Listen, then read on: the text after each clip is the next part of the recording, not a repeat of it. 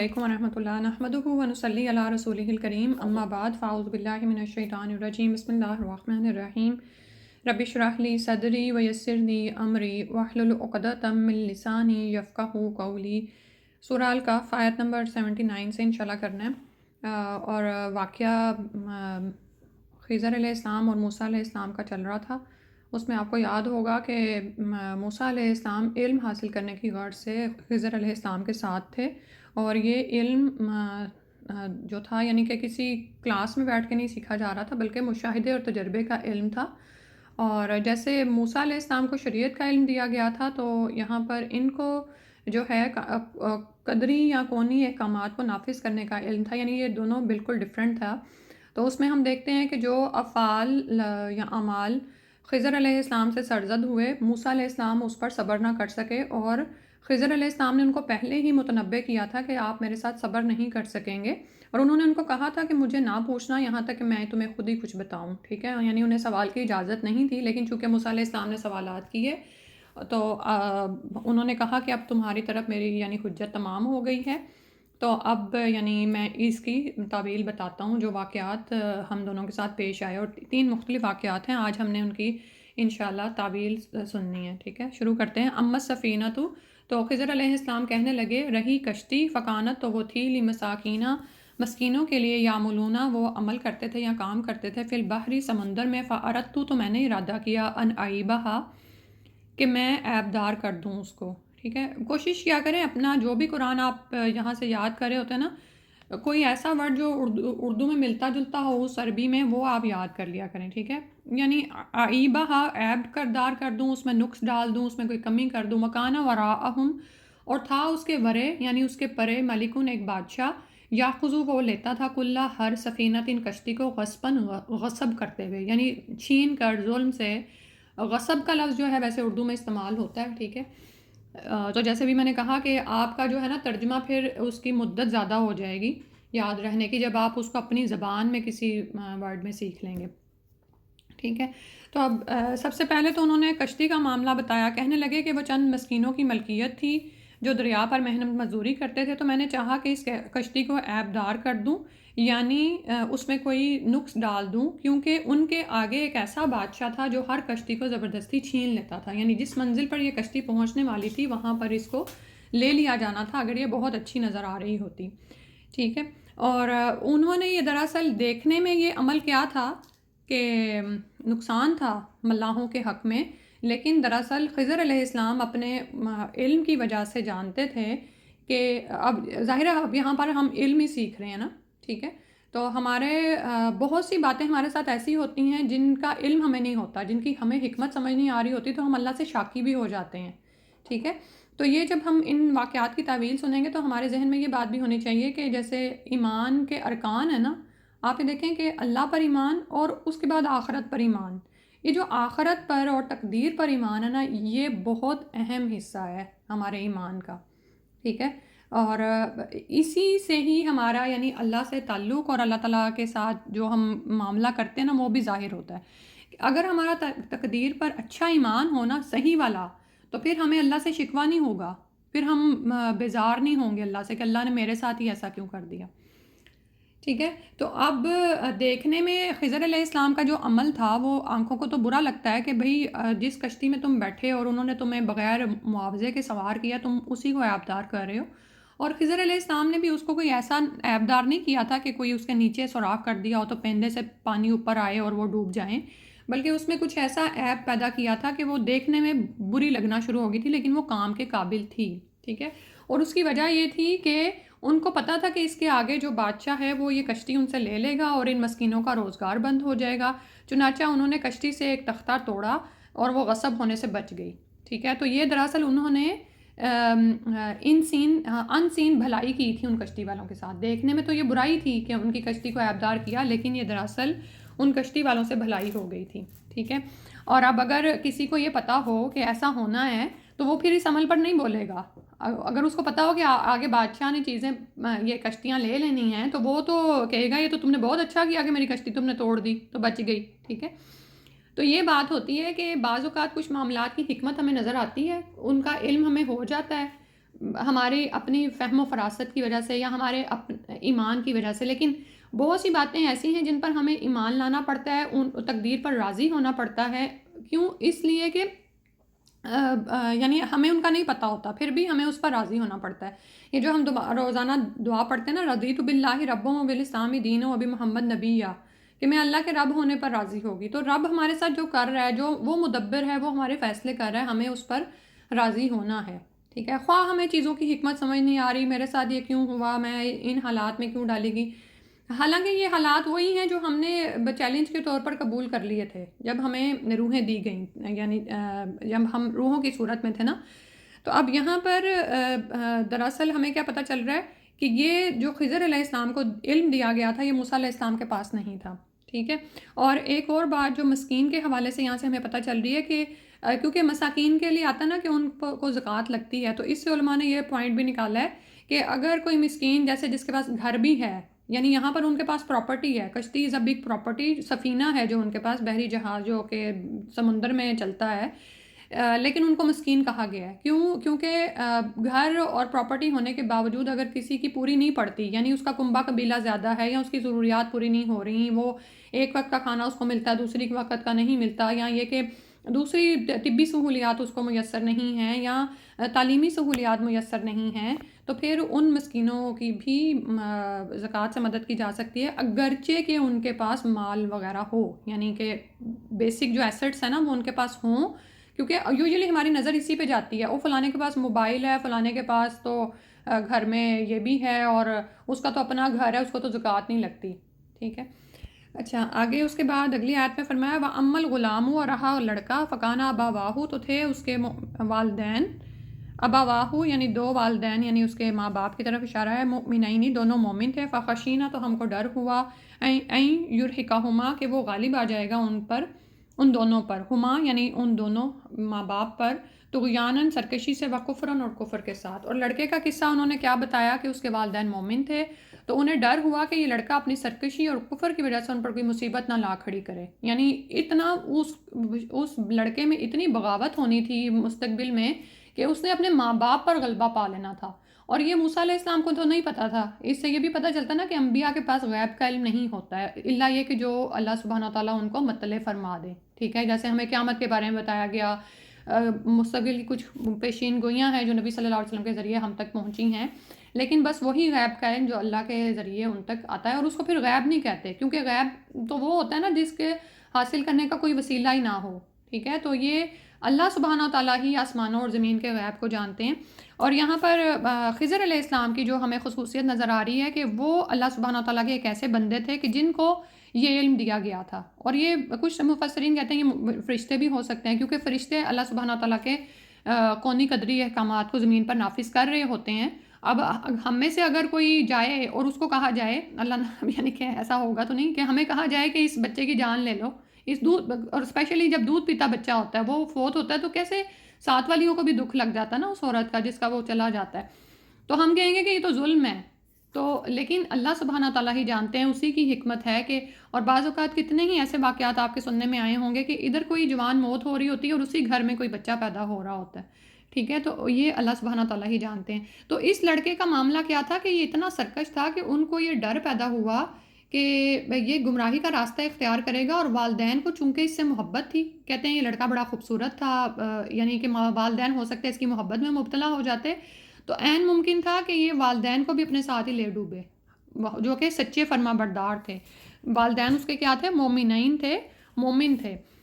تو اللہ تعالیٰ کی حکمت اس بات کی متقاضی ہوئی کہ اس لڑکے کا کام ہی تمام کر ڈالا جائے. ٹھیک ہے. تو یہ دراصل کیا تھا کہ اس لڑکے کے حق میں بھی اللہ کی حکمت تھی، اور ساتھ میں ان والدین کے ساتھ اللہ تعالیٰ کی سبحان اللہ کتنی رحمت تھی. فَأَرَدْنَا، پھر ہم نے ارادہ کیا، اَن يُبْدِلَهُمَا، کہ بدل کر دے دیں ان دونوں کو، ربہما، ان دونوں کا رب، خیرا منہ، بہتر اس سے، زکاتاً، پاکیزگی میں، وَأَقْرَبَ، اور زیادہ قریب، رحمن، شفقت میں یا رحمت میں. ٹھیک ہے. یعنی اللہ سبحانہ تعالیٰ کی طرف سے یہ ارادہ تھا کہ، اور خضر علیہ السلام کو ظاہر ہے یہ علم دیا گیا تھا کہ اس لڑکے کی جان لے لی جائے، اور اس کے بعد اس کے بدلے جو لڑکا ان کو عطا کیا جائے وہ پاکیزہ اخلاق والا اور قرابت کا بہت زیادہ خیال رکھنے والا ہو. ٹھیک ہے. سبحان اللہ. تو اس سے ہمیں دراصل یہ بھی پتہ چل رہا ہے کہ اقرب اور رحمہ، یہ جو ہے صفات ہیں اللہ سبحانہ تعالیٰ ہمیں بھی عطا کرے اور ہماری نسلوں بھی یہ عطا ہوں۔ چنانچہ اس مقتول لڑکے کے نیب البدل کے طور پر اللہ تعالیٰ نے انہیں جو اولاد دی وہ اللہ کی اور والدین کی بڑی فرمانبردار تھی، والدین اس سے محبت کرتے تھے اور وہ والدین سے بہت محبت کرتا تھا، ٹھیک ہے۔ تو اس سلسلے میں بھی خضر علیہ السلام بری ذمہ ہو گئے، انہوں نے کوئی برا کام نہیں کیا بلکہ نیک والدین کو گمراہ ہونے سے بچا لیا، اور پھر اللہ تعالیٰ نے ان کا نعم البدل بھی انہیں عطا کر دیا جو ان کے مقدر میں لکھ رکھا تھا۔ اور ان صحابیہ کا واقعہ آپ کو یاد آ رہا ہے نا جن کا بچہ رات بیمار تھا، اور یعنی دن بیمار تھا، اور جب خاوند گھر پہ آئے تو انہوں نے کہا وہ زیادہ آرام میں ہے، اور حالانکہ وہ فوت ہو چکا تھا وہ بچہ، ٹھیک ہے، اور اسی رات انہوں نے یعنی ان کو کھانا سرو کیا ہے، صحبت بھی کی ہے، تو اس کے بعد ان کو بتایا کہ آپ کا بیٹا جو ہے وہ امانت تھی اللہ نے لے لیا ہے، تو کیا اس پہ ہم شکوہ کریں؟ تو خیر وہ نبی صلی اللہ علیہ وسلم کے پاس حاضر ہوئے اور انہیں بتایا کہ یہ میری بیوی نے میرے ساتھ معاملہ کیا، تو آپ صلی اللہ علیہ وسلم نے ان کو اس رات میں برکت کی دعا دی تھی، ٹھیک ہے، تو اللہ سبحانہ تعالیٰ نے اتنا ان کو وہ قابل لڑکا عطا فرمایا تھا۔ تو یہ اللہ تعالیٰ کی حکمتیں ہیں جو ہمیں نظر نہیں آ رہی ہوتی۔ پھر اس کے بعد وَأَمَّا الْجِدَارُ، اور رہی دیوار، فَكَانَ، تو وہ تھی لِغُلَامَيْنِ، دو لڑکوں کی تھی، یتیمین، دونوں یتیم تھے، فی المدینہ، شہر میں، وکانا، اور تھا، تحتہ، اس کے نیچے، کنز لہما، ان دونوں کا ایک خزانہ تھا، وکانا ابوہما، اور تھا ان دونوں کا باپ، صالحا، نیک، فارادہ، تو ارادہ کیا رب کا، تیرے رب نے، این یبلغا، کہ وہ دونوں پہنچے، اشدہما، اپنی جوانی کو، ویستخرجا، اور نکال لیں، کنزہما، اپنے خزانے کو، رحمتاً، رحمت کے طور پر، من ربی کا، تیرے رب کی طرف سے، وما فعلتہ، اور نہیں میں نے یہ کام کیا، ان امری، اپنے یعنی حکم سے، یعنی اپنی مرضی سے میں نے یہ کام نہیں کیا، ذالک تأویل، یہ تعویل ہے، یہ حقیقت ہے، معلم، جو نہیں تستی، تم صبر استطاعت رکھ سکے، علیہ، اس پر، صبرن، صبر کی۔ اور تیسرا واقعہ جو پیش آیا تھا وہ دیوار کی بات یہ تھی کہ وہ دو یتیم لڑکوں کی تھی جو اس شہر میں رہتے تھے، اس دیوار کے نیچے ان کے لیے خزانہ مدفون تھا، یعنی جو دیوار خضر علیہ السلام نے سیدھی کر دی تھی، واقعہ آپ کو یاد ہوگا کہ ان بستی والوں نے موسیٰ علیہ السلام اور خضر علیہ السلام دونوں کی ضیافت سے انکار کر دیا تھا، ٹھیک ہے، لیکن جب خضر علیہ السلام نے اس دیوار کو گرتے ہوئے دیکھا تو انہوں نے اس کو بغیر معاوضے کے ٹھیک کر دیا، اور انہوں نے کیوں کیا تھا؟ کیونکہ وہ اللہ کے دیے ہوئے علم کی وجہ سے جانتے تھے کہ یہ دیوار، اس کے نیچے ان دو یتیم لڑکوں کا خزانہ مدفون تھا جو ان کے باپ نے دفن کیا تھا، اور وہ ایک صالح آدمی تھا، ٹھیک ہے، تو وہ خضر علیہ السلام چاہتے تھے کہ یعنی اللہ سبحانہ و تعالیٰ کے حکم سے چاہا کہ یہ دونوں یتیم اپنی جوانی کو پہنچ کر اپنا خزانہ نکال لیں، تو جو کچھ انہوں نے کیا یہ سب کچھ اللہ تعالیٰ کے رحمت کی وجہ سے تھا، اپنے اختیار سے انہوں نے کچھ بھی نہیں کیا، تو یہ وہ ان باتوں کی حقیقت ہے جن پر موسیٰ علیہ السلام صبر نہیں کر سکے تھے۔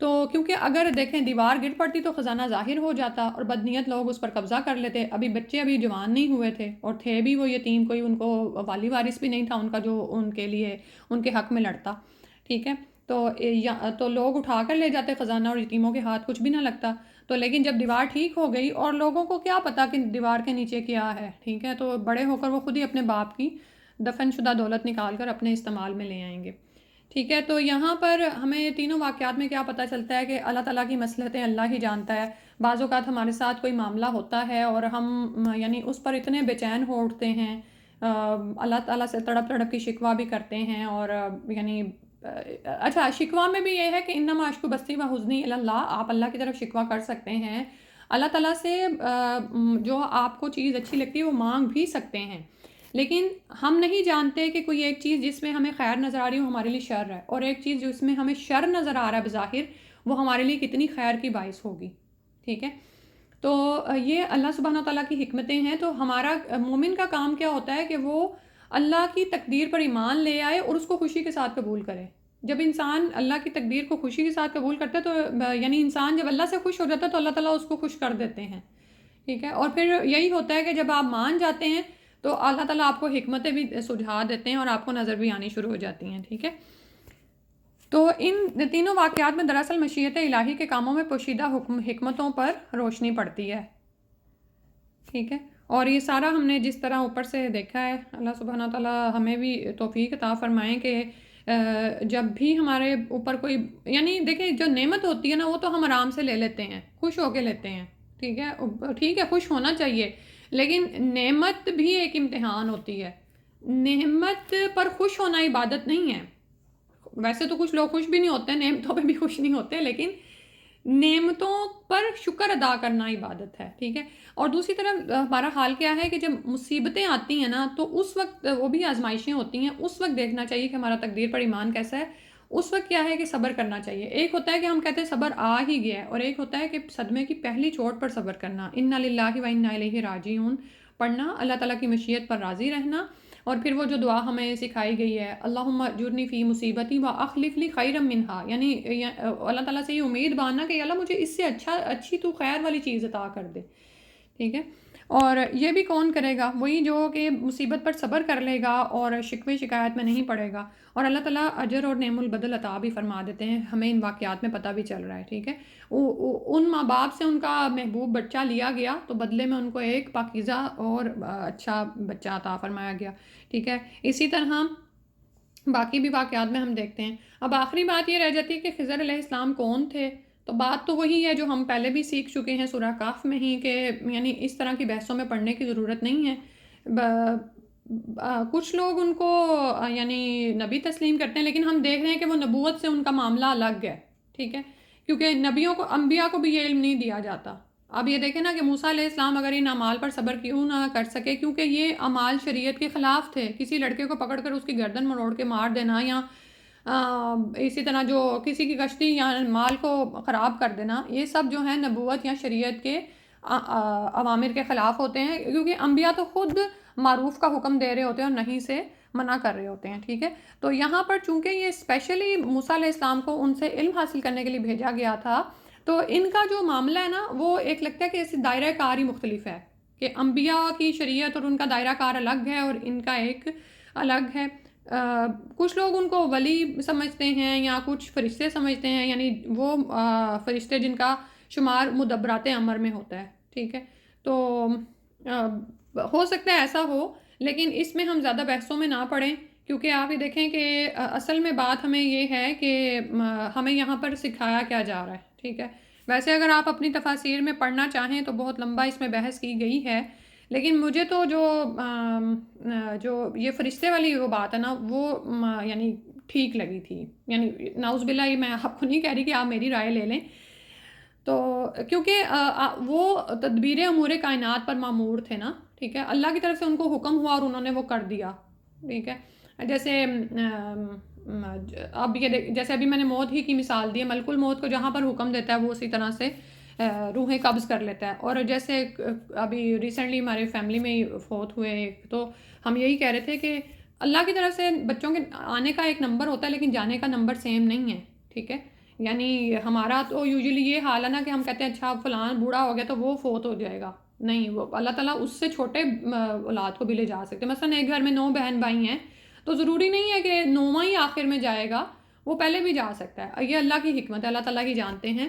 اور اللہ تعالیٰ جن سے یہ کام لیتے ہیں ان کو پھر ان معاملات پہ ترس نہیں آتا، نہ ہی وہ یہ کہہ رہے ہوتے ہیں کہ اس میں کیا لاجک بنتی ہے. اور یعنی جیسے عموماً انسانی ایک سوچ ہوتی ہے نا، جیسے میں نے ابھی بچے کی مثال دی کہ ایک دودھ پیتے بچہ اگر فوت ہو جائے تو ہمارا کیا حال ہوتا ہے، ٹھیک ہے. تو لیکن بار بار جو بات وہ کہہ رہے ہیں وہ یہ بھی کہہ رہے ہیں وما فعلتہ عن امری، یہ کام میں نے اپنی مرضی اور اختیار سے نہیں کیے، اللہ کے حکم سے کیے تھے، ٹھیک ہے. یہ بھی اللہ کی طرف سے وہ اعتراف کر رہے ہیں کہ وہ خود مختار نہیں ہیں. اور یہ بات بھی قرین از کیا ثابت ہوتی ہے اس سے بھی کہ وہ فرشتے ہیں، کیونکہ اللہ تعالیٰ نے فرشتوں کی صفات کے سلسلے میں فرمایا کہ وہ اللہ کی نافرمانی نہیں کرتے، بلکہ وہ جو کچھ کرتے ہیں جو وہی کچھ کرتے ہیں جو انہیں حکم دیا جاتا ہے، ٹھیک ہے. یعنی وہ نافرمانی کر بھی نہیں سکتے. اور اسی طرح اسی بات کی دوسری دلیل یہ کہہ رہے ہیں کہ ایسے فرشتے جب انسانی شکل میں آ کر انسانوں سے ہم کلام ہوتے ہیں تو بعض دفعہ اللہ تعالیٰ کی مخصوص صفات کو اپنی طرف منسوب کرتے ہیں. اب جو کچھ انہوں نے کیا نا اس میں انہوں نے نسبت اپنی طرف کی ہے کہ ہم نے یہ ارادہ کیا، ہم نے یہ کر دیا، لیکن دراصل یہ نہیں تھا کہ وہ اپنی مرضی سے یہ کر رہے تھے، اللہ کے دیے ہوئے اختیار کی طرف سے یہ کر رہے تھے. جیسے سیدنا جبرائیل علیہ السلام انسانی شکل میں سیدہ مریم کے سامنے آئے تو کہا لِأَهَبِ لَكِ غُلَامًا زَكِيًّا، تاکہ میں تجھے ایک پاکیزہ سیرت لڑکا عطا کروں، ٹھیک ہے. تو یہ ظاہر سی بات ہے کہ لڑکا عطا کرنا تو صرف اللہ تعالیٰ کا کام ہے، اللہ کی کسی مخلوق کا کام نہیں ہے. اور فرشتے اللہ کی مخلوق ہیں تو وہ بھی اللہ کی طرف سے مامور تھے، تو ایسی بات کر رہے تھے، نسبت اپنی طرف کر رہے تھے، ٹھیک ہے. اور یہ باقی بس وہی بات ہے کہ ایک لمبی یہ بحث ہے. ہاں ایک بات جو میں ذکر کرنا چاہوں گی، وہ لوگ یہ کہتے ہیں کہ خضر علیہ السلام جو ہیں وہ سبز رنگ کے سوٹ میں تھے، یا یہ کہ وہ جہاں جاتے ہیں وہاں پر سبزہ پھیل جاتا ہے. اور کچھ لوگ تو حج یا عمرے پہ جائیں تو باقاعدہ یہ کہتے ہیں خضر علیہ السلام نے میری مدد کی اور وہ آب حیات پیے ہوئے ہیں. اور ایسی ساری روایتیں جو سی ہیں اس کی کوئی بھی آپ کو جو سی نا دلیل نہیں ملے گی. ٹھیک ہے, یعنی معاملہ پتہ کیا ہے, ہم دین کو کیا لیتے ہیں, دین سے نا عمل کی بات نہیں نکالتے اپنے لیے, بلکہ مختلف طرح کی بحثوں میں پڑ جاتے ہیں اور وہ اس میں ہماری دلچسپی کی باتیں ہوتی ہیں. پھر ابھی کبھی ادھر کی سنتے ہیں, کبھی ادھر کی سنتے ہیں, اور پھر کوئی بیچارہ اگر کہہ دے کہ میری ایسے بندے نے مدد کی جو تھوڑی دیر بعد غائب ہو گیا, تو پھر تو ہم بہت ہی وہ ہوتے ہیں, ہم کہتے ہیں ہاں یہ خضر علیہ السلام تھے. تو نعوذ باللہ ایسی باتوں سے ان میں بھی پڑھنے سے بچنا چاہیے. ٹھیک ہے, تو یہاں تک الحمدللہ خضر علیہ السلام اور موسیٰ علیہ السلام کا قصہ مکمل ہوا. اللہ سبحانہ و تعالیٰ ہمیں اس سے سیکھنے کی توفیق عطا فرما دیں. بنیادی طور پر جو پوائنٹ ہے وہ یہی ہے کہ ہم سب اپنے اندر چیک کریں کہ جب اللہ کا حکم نافذ ہو جاتا ہے تو ہمارا تقدیر پر ایمان کیسا ہوتا ہے اور ہمارے منہ سے فوراً کیا نکلتا ہے.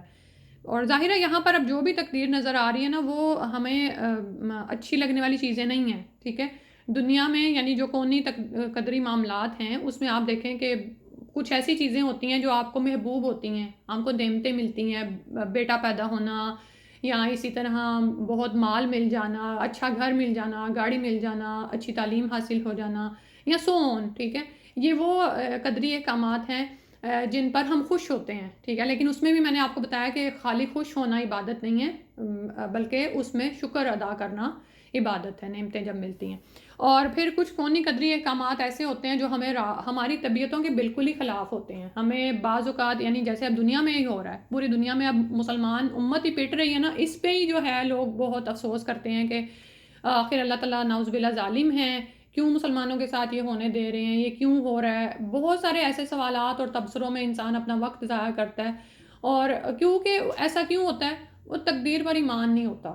ٹھیک ہے, اس میں کوئی نہ کوئی نقص ہوتا ہے, وہ ہمیں چیک کرنا ہے کہ اور یعنی اور اسی طرح جب ہماری اپنی زندگی میں کوئی مصائب علام آتے ہیں. ٹھیک ہے, بیٹا نہیں پیدا ہو, بیٹی پیدا ہو گئی اور چوتھی پانچویں بیٹی پیدا ہو گئی. ٹھیک ہے, ہم ایک دم سے اس میں چلے جاتے ہیں. یا یہ کہ شادی نہیں ہو رہی. ٹھیک ہے, یہ ہمارے چھوٹے چھوٹے مسائل ہیں نا, ہم نہیں جانتے اللہ کی حکمت کیا ہے. یا پھر کوئی اور بہت اہم کام جو آپ کرنے جا رہے تھے آپ روک دیے گئے. ٹھیک ہے, تو یہ ساری باتیں کیا ہیں, یہ ہمارا امتحان ہو رہا ہوتا ہے کہ اب مصیبت آئی ہے تو اب تمہارا قدر پر ایمان کیسا ہے. ٹھیک ہے, خوشی آئی ہے تو تمہارا قدر پر ایمان کیسا ہے. تو مومن کا معاملہ کیا ہے کہ وہ کبھی بھی اعتدال سے نہیں ہٹتا. نہ تو وہ خوشی میں آپے سے باہر ہو کے غیر شرعی حرکتیں کرنا شروع ہو جاتا ہے. یعنی یوجولی کیا ہوتا ہے خوشی کے مواقع پر یعنی کہ اب تو آتش بازی, آگ سے کھیلنے والے کام, یا یہ میوزک اور یہ سارا کچھ ہلا گلا ہو رہا ہوتا ہے. یا پھر لوگ نعوذ باللہ جب وہ ان پر مصیبت آتی ہے تو پھر وہ مایوس ہو کر اللہ سے ہی کفر کا ارتکاب پر بیٹھتے ہیں, نعوذ باللہ من ذالک. اور یہ اجتماعی اور انفرادی دونوں لیول پر ہو رہا ہوتا ہے. اجتماعی جیسے میں نے بھی بتایا کہ پوری دنیا میں ٹھیک ہے مختلف جگہوں پر مسلمانوں پر ظلم ہو رہا ہے نا. ٹھیک ہے, تو اس میں لوگ اللہ سے شاکی ہو جاتے ہیں کہ آخر مسلمان ہی کیوں اس حالت کا شکار ہے, اینڈ سو آن, یہ سارا کچھ. تو یہاں پر ہم نے سب نے اپنے اپنے عمل میں چیک کرنا ہے کہ ہمارا اللہ پر ایمان کیسا ہے اور ہمارا کونی قدری احکامات پر ایمان کیسا ہے, ہم اس پر کیا کرتے ہیں. اور یہ جو قدر پر بحث ہے نا, یعنی اس رکن پر ایمان لانا بھی جو ہے نا بہت لمبا اس پر علم ہے جو ہمیں حاصل کرنا چاہیے کہ کونی قدری احکامات میں بھی نا ہمیں آپ دیکھیں کہ دنیا میں ہمیں اختیار کی آزادی دی گئی ہے, لیکن ہم ایک لمیٹڈ اختیار رکھتے ہیں. صحیح ہے, یعنی فار ایگزامپل اگر آپ نے اسکول ہی جانا ہے یا بچوں کو اسکول چھوڑنا ہے صبح کے وقت, آپ کے پاس گاڑی ہے, پیٹرول بھی ہے, اس میں وقت بھی ہے, بچے بھی آپ نے تیار کر لیے, اب آپ چل پڑے ہیں. ٹھیک ہے, لیکن راستے میں کوئی رکاوٹ آ جاتی ہے. ٹھیک ہے, اب جب تک گھر سے آپ سب کچھ کر رہے تھے, سب کچھ آپ کے اختیار میں تھا, لیکن وہ رکاوٹ آپ کے اختیار میں نہیں ہے, وہ آپ کے بس سے باہر ہے, وہ اللہ کی طرف سے آ گئی. یہ آپ کو دکھاتی ہے یہ چیز کہ ہم اس دنیا میں اختیار دیے گئے ہیں لیکن وہ اختیار مکمل نہیں ہے. ٹھیک ہے, تو اس میں کیا ہوتا ہے کہ پھر وہ قدر ہوتی ہے جو لکھی جا چکی ہوتی ہے. قدر دعا سے ٹل بھی جاتی ہے. ٹھیک ہے, دعائیں تقدیر کو ٹال دیتی ہیں, اور لیکن اس پر آپ بے چین نہیں ہوں گے. آپ نے جتنی کوشش کرنی تھی وہ آپ نے کر لی. یہ اچھا, اور اس میں بالکل مایوس بھی نہیں ہونا کہ بندہ کہ اللہ نے ہی لکھا ہوا ہے جو ہونا ہے اللہ کی طرف سے ہی ہونا ہے، ٹھیک ہے. تو اس بات کو بھی یاد رکھنے کی ضرورت ہے کہ ہم اختیار دیے گئے ہیں لیکن ہمارا اختیار لامحدود نہیں ہے. اب جیسے دنیا میں مسلمانوں کے ساتھ کیا ہو رہا ہے، ہم اس پر پریشان ہوتے ہیں، لیکن ہمارا اختیار صرف اتنا ہے کہ ہم ان پر پریشان ہوں یا ان کے لیے دعائیں کریں یا ان کو مدد بھیجیں تو وہ کھا سکیں. لیکن بعض اوقات ہم مدد بھی بھیجنے پر قادر نہیں ہیں، بعض اوقات ہم ان کی عسکری لحاظ سے بھی مدد کرنے پہ قادر نہیں ہیں، یا ہم جا کے وہ سب کچھ روک نہیں سکتے، یا ہم دنیا کے حکمرانوں کو جگا نہیں سکتے کہ بھئی ان کے خلاف جاؤ، ٹھیک ہے. تو یہ دو باتیں بھی انسان کو یاد رکھنی چاہیے کہ قدر کے معاملے میں کسی حد تک ہم اختیار دیے گئے ہیں، لیکن ہم اپنی کوشش کر سکتے ہیں. ہم اللہ کی لکھی ہوئی تقدیر کو نہیں بدل سکتے کیونکہ ہمارا اختیار مکمل نہیں ہے، ٹھیک ہے. جہاں پر ہمارا اختیار نہیں ہے اس کی ہم سے پوچھ بھی نہیں ہے، یہ بھی یاد رکھیں، ٹھیک ہے. تو یہ سارا کچھ جو ہے نا ایمان کو بڑھانے والی باتیں، کیونکہ ہماری زندگی میں نا بار بار یہ معاملات ہمیں پیش آ رہے ہوتے ہیں.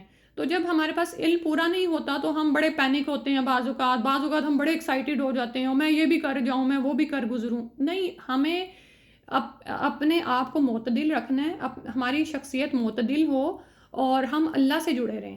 جتنا اس نے ہمیں اختیار دیا ہے ہم اس کو مثبت انداز میں استعمال کریں گے، لیکن جہاں پر ہمیں اختیار نہیں دیا گیا وہاں پر ہم پینک ہو کے کام نہیں چھوڑ دیں گے، کیونکہ ایک مومن کا ایمان اللہ پر ہے. وہ کام کو اختیار کرنے سے پہلے بھی اللہ ہی پر توکل اور ایمان رکھتا ہے کہ یا اللہ اگر تو نے یہ لکھا ہوا ہے تو یہ ہو جائے گا، اور اس کے بعد وہ اسباب اختیار کرتا ہے. اب وہ یہ نہیں کہتا کہ میں بس بیٹھ جاؤں ہاتھ پاؤں توڑ کے تو اللہ کر دے گا، نہیں، وہ اس کو اتنے اختیار کی آزادی دی گئی ہے کہ وہ اسباب کو اختیار کرے اور ان کو استعمال کرے. لیکن اس کے باوجود بھی وہ ایمان اور توکل اللہ ہی پر رکھتا ہے کہ اللہ کا حکم ہوگا تو یہ سارے اسباب اور اختیارات کام کریں گے، اللہ کا حکم ہوگا تو راستے میں ٹریفک اور کوئی رکاوٹ نہیں ہوگی کہ میں بچوں کو اسکول چھوڑ کے آ جاؤں گی، ٹھیک ہے. تو یہ سب کچھ جو ہے نا مومن کو کانشیس رہنا چاہیے، اس کو اپنے ایمان کا جائزہ بھی لیتے رہنا چاہیے کہ ہم تکبر کی رائے بھی ہمارے اندر نہ آئے. کوئی بڑا کام آپ کرنے جا رہے ہیں تو آپ یاد رکھیں کہ آپ کے کرنے سے کچھ نہیں ہوگا، آپ تو ایک کوشش کر رہے ہیں اپنی جس کی آپ سے پوچھ ہے، لیکن اگر اس میں رکاوٹیں آتی ہیں یا آپ وہاں پر مختار ہی نہیں ہیں، آپ کچھ کر ہی نہیں سکتے، تو وہاں پر آپ پوچھے بھی نہیں جا رہے، ٹھیک ہے. اور وہاں پہ آپ نے پینک بھی نہیں ہونا، نہ ہی اللہ تعالیٰ سے شاکی ہونا ہے، ٹھیک ہے. اس کے بعد اگلا واقعہ پڑھتے ہیں وَيَسْأَلُونَكَ عَنِ ذِي الْقَرْنَيْنِ، اور وہ سوال کرتے ہیں آپ سے ذوالقرنین کے بارے میں. قل کہہ دیجئے ساتلو، میں ان قریب پڑھوں گا، علیکم تم پر، منہ اس میں سے کچھ، ذکرن کچھ حال یا ذکر اس میں سے پڑھوں گا. اب یہاں سے ذوالقرنین کا واقعہ شروع ہو رہا ہے، اور یہ بھی قریش مکہ نے ان سے سوال کیا تھا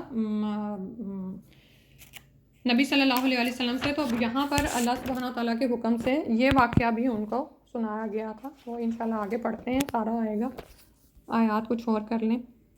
انا مکنہ، بے شک ہم نے اقتدار دیا تھا، مکنہ یعنی اس کو تمکین یعنی وہاں پر سکون دیا تھا، قرار دیا تھا، لہو اس کو فی الارض زمین میں، وآتیناہ اور دی تھی ہم نے اس کو، من کل شیء ہر چیز میں سے، سبباً اسباب.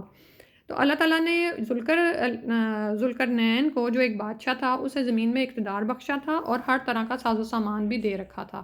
اب یہ ذوالقرنین کون تھا؟ قریش کا تیسرا سوال اسی کے متعلق تھا جن کا ان آیات میں جواب دیا جا رہا ہے.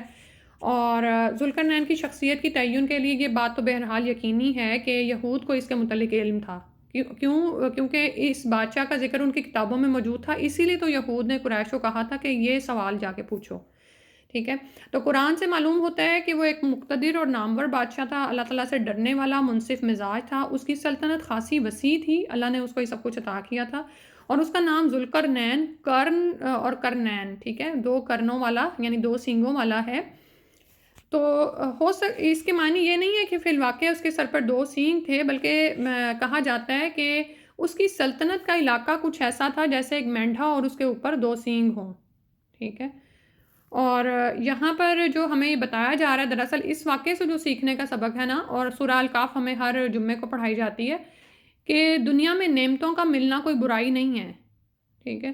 یعنی جیسے ابھی بات ہو رہی تھی نا کہ تقدیر کو اللہ پر چھوڑ دینا اور ہاتھ پاؤں نہ ہلانا، یا یہ کہ نعمتوں کا حساب ہونا ہے، تو کچھ لوگ کہتے ہیں اچھا پھر نعمتیں کمانی نہیں چاہیے، حساب بھی نہیں ہوگا. نہیں، اللہ سبحانہ تعالیٰ نے تمہیں اختیار دیا ہے. اور وہ جو ہم دعا پڑھتے ہیں نا، ربنا آتنا فی الدنیا حسنہ وفی الآخرۃ حسنہ، دنیا میں بھی حسنہ چاہیے، لیکن اس دنیا کی حسنہ سے آخرت کی حسنہ کمانی ہے. ٹھیک ہے. اور نعمتوں کا ملنا، آپ کے پاس مال ہے، اچھی سواری ہے، اچھا گھر ہے آسائشوں والا، جس میں آپ رہ کے اللہ کی اچھی عبادت کر سکتے ہیں. آپ ہر وقت پینک نہیں ہوتے. بعض اوقات ہوتا ہے نا کچھ گھروں میں سہولیات ہی نہیں ہوتی، کبھی لائٹ جا رہی ہے، کبھی پانی نہیں ہے، کبھی فلاں کام رک رہا ہے، کبھی کچھ ہو رہا ہے، کبھی سواری خراب ہے، آپ کہیں تعلیم حاصل کرنے جانا چاہ رہے ہیں تو وہ آپ نہیں نکل سکتے. ٹھیک ہے. تو نعمتوں کا ملنا اور اس کے لیے کوشش کرنا برا نہیں ہے، لیکن جب مل جائیں تو اس پر اللہ کا شکر ادا کیا جائے. وہ ہمیں اس بادشاہ کے کردار سے پتہ چل رہا ہے، کیونکہ دنیا میں تو اور بادشاہ بھی گزرے ہیں، جیسے فرعون کو آپ دیکھ لیں، اور اسی طرح وہ قارون جس کے پاس بہت زیادہ دولت تھی، تو اس نے جب کہا کہ میں یعنی اس میں سے اس نے زکوٰۃ نہیں نکالتا تھا، اور وہ جو شیخی میں آ گیا اور اللہ کے سامنے اکڑ کر چلا تو زمین میں دھنسا دیا گیا. ٹھیک ہے. لیکن یہاں پر ذوالقرنین کا بتایا گیا کہ اللہ سبحانہ تعالیٰ نے اس کو بے پناہ مال عطا کیا تھا، اور وہ مال اس نے کس کس طرح سے استعمال کیا وہ یہاں پر ہمیں پتہ چلتا ہے. اور اس کے بارے میں بھی مختلف آراء ہیں، وہ آپ چاہے خود اس کو پڑھ لیجئے گا.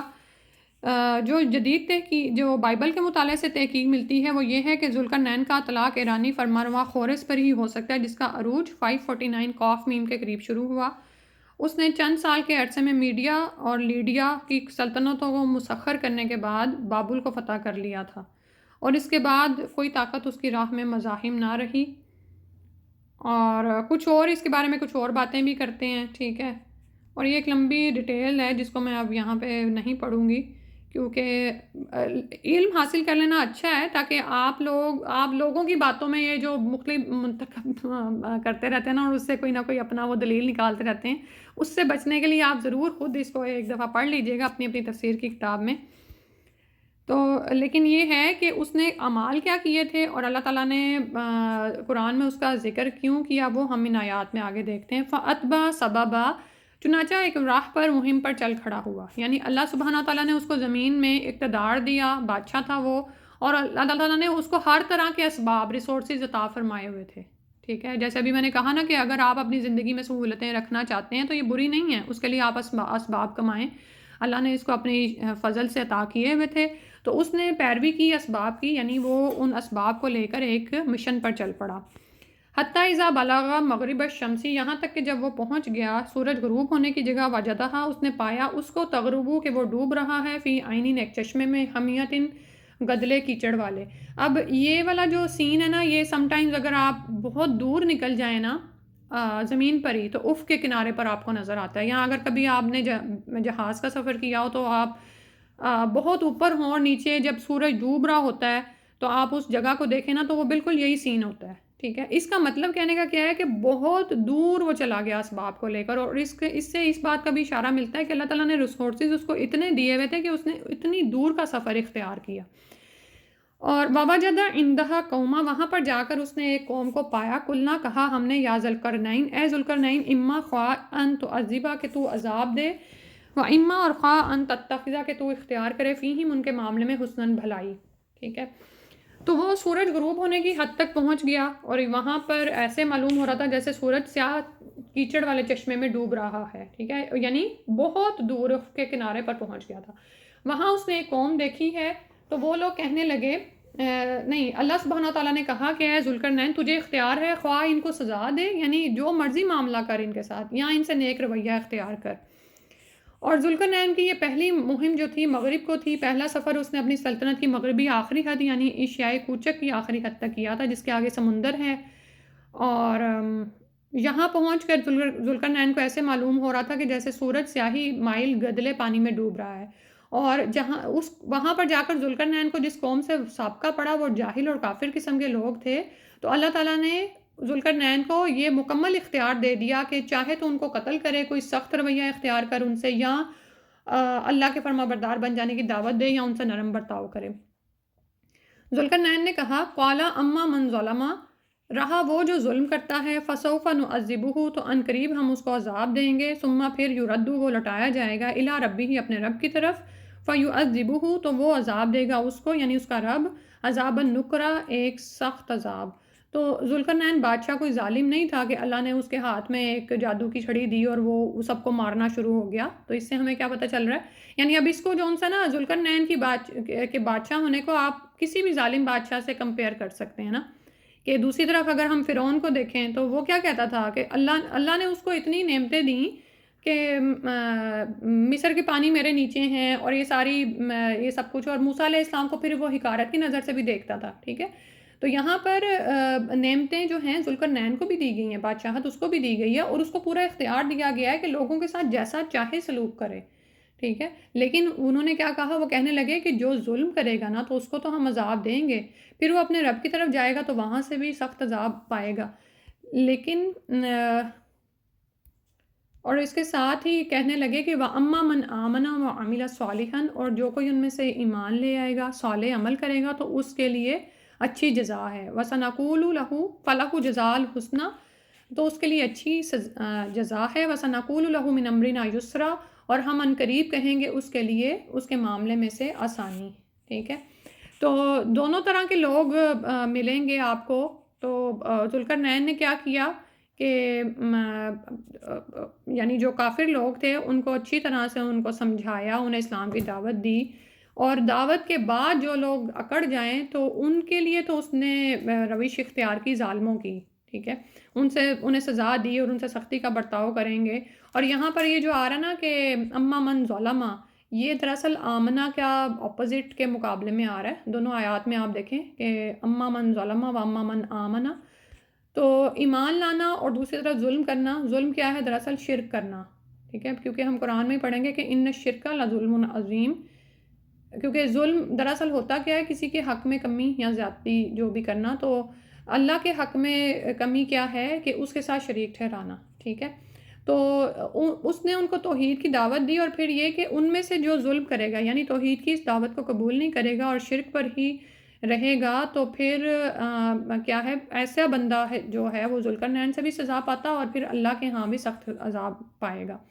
لیکن دوسری طرف اگر وہ لوگ دین قبول کر لیتے ہیں، ایمان لے آتے ہیں اور صالح عمل کرتے ہیں تو اس کے لیے اچھی جزا ہے، اور ہم ان کے معاملے میں یعنی اسے اپنے آسان سے کام کرنے کو کہیں گے. ٹھیک ہے، اب یہاں سے ہمیں ذوالقرنین کے عادل ہونے کی صفت پتہ چل رہی ہے، اور یہی معاملہ ہمیں بھی اپنی زندگی میں اختیار کرنا ہے کہ خواہ ہمارے پاس اختیار ہوتا ہے.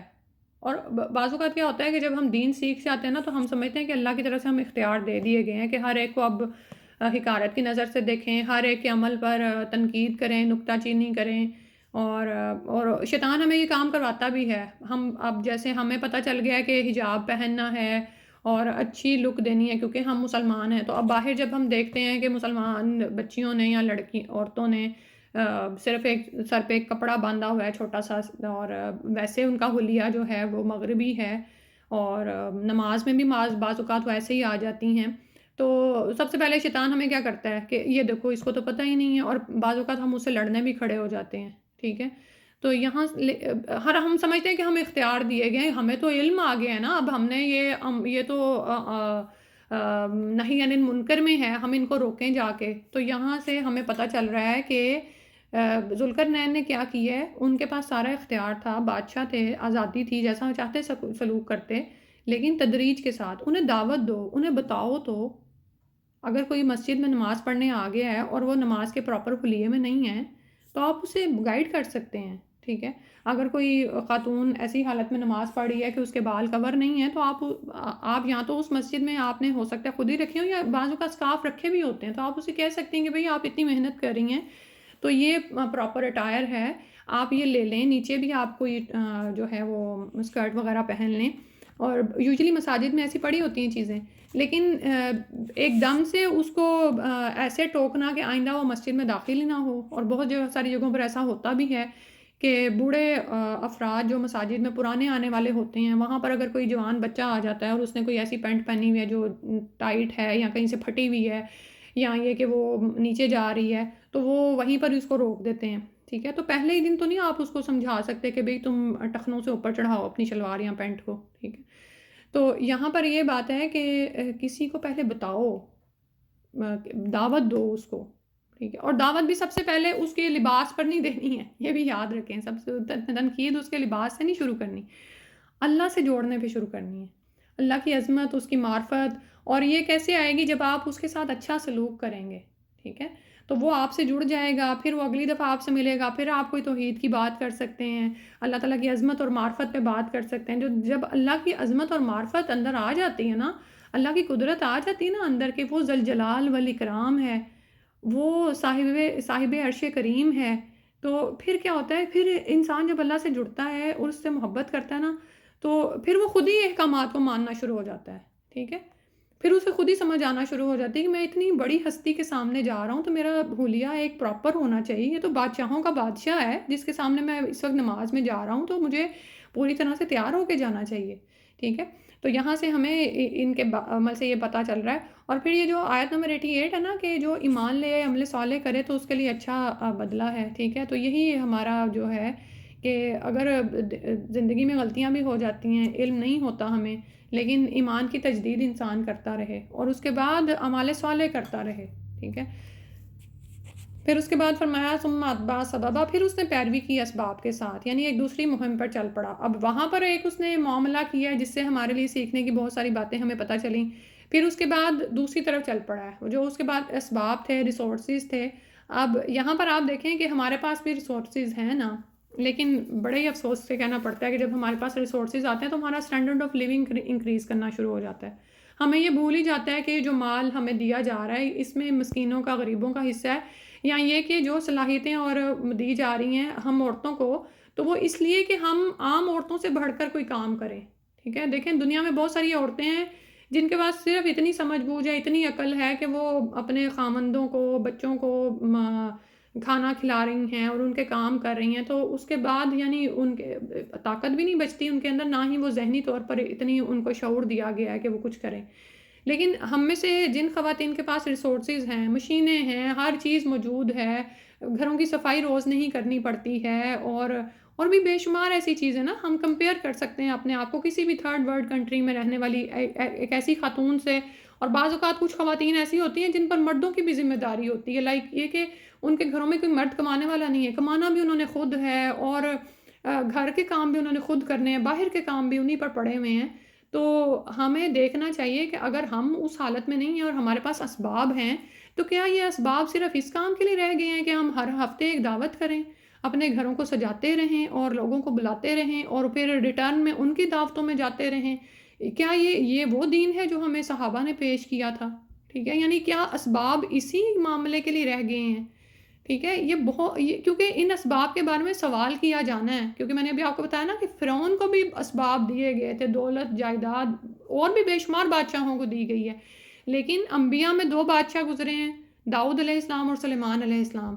تو اللہ سبحانہ تعالیٰ نے ان کو، یعنی داؤد علیہ السلام کے لیے لوہا نرم کر دیا گیا تھا، وہ زرہیں تیار کرتے تھے، لیکن اپنے ہاتھ سے کمانے والے تھے. یہ نہیں تھا کہ وہ ریسورسز کو اپنی آسائشوں پہ لگاتے. اسی طرح اس بادشاہ کے بارے میں پتہ چل رہا ہے کہ اب اس نے ریسورسز کو پھر مخلوق خدا کے لیے استعمال کیا، وہ ایک دوسری مہم کی طرف چل پڑا ہے. تو ہم بھی آج دیکھیں کہ اگر ہمارے پاس مال زیادہ آ رہا ہے تو وہ کہاں جاتا ہے؟ کیا وہ دوبارہ سے ہمارے اپنے ہی بچوں کی مزید کپڑے پڑے ہیں تو مزید آنے میں اور اس طرح انہی چیزوں پہ صرف ہو جاتا ہے؟ یا یہ کہ ہمارے پاس جو وقت بچتا ہے کیا ہم اس کو نئی نئی ریسیپیز ٹرائی کرنے میں لگا دیتے ہیں؟ ٹھیک ہے، اور یہ دیکھیں کہ ہر نئی ریسیپی آپ سے کتنے زیادہ انگریڈینٹس مانگتی ہے اور اس میں کتنی زیادہ توانائی آپ کی صرف ہوتی ہے، کن کن گروسری سٹورز پر آپ کو جانا پڑتا ہے. لیکن اس وقت ہو یہی رہا ہے، یہی دوڑ لگی ہوئی ہے، یوٹیوب پہ بھی ہر جگہ ہی ہے. تو بندہ پریشان ہوتا ہے کہ اللہ نے یہ جو ریسورسز دیے ہیں ان کاموں کے لیے ہیں. تو یہاں پر ہم ذوالقرنین کو دیکھتے ہیں، اس نے ایک مہم کو کر لی ہے تو اب دوسری طرف چل پڑا ہے. ثم اتبع سببا حتی اذا بلغ، یہاں تک کہ جب وہ پہنچا مطلع الشمسی، سورج کے طلوع ہونے کی جگہ پر، وجدہ، اس نے پایا اس کو، تطلع کے طلوع ہو رہا ہے، علی قوم، ایک قوم پر، لم نجعل لہم، نہیں بنایا تھا ہم نے ان کے لیے، من دونہا، اس کے علاوہ، سترن، کوئی پردہ یا اوٹ. اب وہ طلوع آفتاب کی حد تک جا پہنچتا ہے. ایسا معلوم ہو رہا ہے کہ سورج ایسی قوم پر طلوع ہو رہا ہے کہ سورج اور اس قوم کے درمیان اللہ تعالیٰ نے کوئی آڑ نہیں بنائی تھی. اور یہ دوسرا سفر کہتے ہیں کہ مشرق کی طرف تھا، وہ علاقے فتح کرتا ہوا بالآخر وہاں تک پہنچ گیا تھا جہاں مہذب دنیا ختم ہو جاتی تھی اور ایسی جنگلی غیر مہذب قوم سے اس کو واسطہ پڑا جو اپنا گھر بنانا بھی نہیں جانتے تھے، یعنی ان کے اور سورج کے درمیان کوئی رکاوٹ نہیں تھی، سورج کی گرمی یا بارش سے بچنے کے لیے ان کے پاس خیمے بھی نہیں تھے، یعنی ہلکے پھلکے گھر بھی نہیں تھے، نہ مکان تھے، نہ پہاڑوں کی غاروں اور کھوہوں میں وہ اپنی گزر بسر کرتے تھے. تو وہ یعنی سورج کی تپش اور بارش وغیرہ کو برداشت کرنے کے عادی بن چکے ہوئے تھے. اور کذالک وقد احطنا بما لدیہ خبرا، اسی طرح سے وقد اور تحقیق، احطنا گھیر رکھا تھا ہم نے، بما لدیہ جو اس کے پاس تھا، خبرن خبر میں سے. ایسا ہی تھا، یعنی واقعہ ایسا ہی تھا، اور ذوالقرنین کو جو حالات پیش آئے اسے ہم خوب جانتے ہیں. یعنی اللہ سبحانہ و تعالیٰ فرما رہے ہیں کہ یہ جو بھی باتیں بتائی گئیں وہ سچ ہیں، اور حقیقت یہی ہے کہ جو باتیں ہم بیان کریں ہم خوب جانتے ہیں کہ ذوالقرنین کو کیا کیا حالات پیش آئے تھے. اور کذالکہ کا ایک مطلب یہ بھی ہو سکتا ہے کہ ذوالقرنین نے اس قوم سے بھی اسی طرح کا سلوک کیا جیسا مغربی قوم سے کیا تھا، یعنی انہیں بھی اسلام کی تعلیم اور دعوت دی، اور جن لوگوں نے اس کے ساتھ سرکشی کی تھی، ان کے ساتھ سختی کی، اور جنہوں نے فرما برداری کی راہ اختیار کی تو ان سے اس نے نرمی کا سلوک کیا. اب نا ابھی ذوالقرنین کا قصہ چل رہا ہے، اور انشاءاللہ اگلا رکوع پھر ختم ہوگا سورت کے اختتام پر. اس واقعے کو انشاءاللہ اگلی دفعہ کریں گے، کیونکہ ابھی ہمارے پاس نا یہ اس کی ہم نے تلاوت بھی سننی ہے. ٹھیک ہے، انہی آیات کی تلاوت دیکھ لیتے ہیں. پہلے ہم نے شروع کیا تھا آیت نمبر 79 سے. ٹھیک ہے، آیات کی تلاوت سنتے ہوئے بہت احتیاط سے باقاعدہ پرسکون ہو کے آپ نے سننی ہے، اور دیکھنا ہے کہ اس میں سے کتنے الفاظ ہیں جو آپ کو سمجھ آ رہے ہیں. ٹھیک ہے، یعنی اپنے سامنے جو ہے ترجمے والا قرآن رکھیں اور سنیں اس کو انشاءاللہ. بسم اللہ. بسم الله الرحمن الرحيم. أما السفينة فكانت لمساكين يعملون في البحر فأردت أن أعيبها وكان وراءهم ملك يأخذ كل سفينة غصبا وأما الغلام فكان أبواه مؤمنين فخشينا أن يرهقهما طغيانا وكفرا فأردنا أن يبدلهما ربهما خيرا منه زكاة وأقرب رحما وأما الجدار فكان لغلامين يتيمين في المدينة وكان تحته كنز لهما وكان أبوهما صالحا فأراد ربك أن يبلغا أشدهما ويستخرجا كنزهما رحمة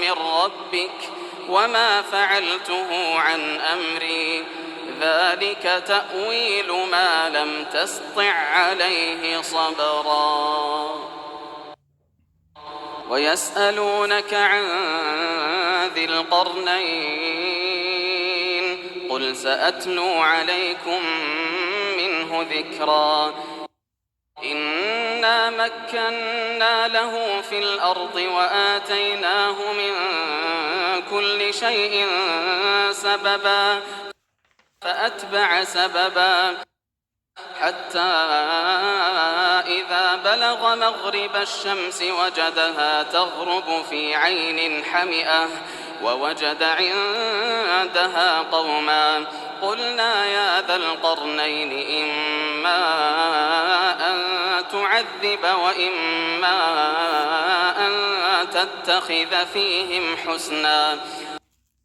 قال أما من ظلم فسوف نعذبه ثم يرد إلى ربه فيعذبه عذابا نكرا وأما من آمن وعمل صالحا فله جزاء الحسنى وسنقول له من أمرنا يسرا ثم أتبع سببا حتى إذا بلغ مطلع الشمس وجدها تطلع على قوم لم نجعل لهم من دونها سترا كذلك وقد أحطنا بما لديه خبرا سبحانک اللہم و بحمدک اشہد ان لا الہ الا انت استغفرک و اتوب الیک۔ اس کے بعد نا وہ تیسری مہم شروع ہو رہی ہے ذوالقرنین کی، جو انشاءاللہ اگلی دفعہ ہم کریں گے۔ ٹھیک ہے، السلام علیکم و رحمۃ اللہ۔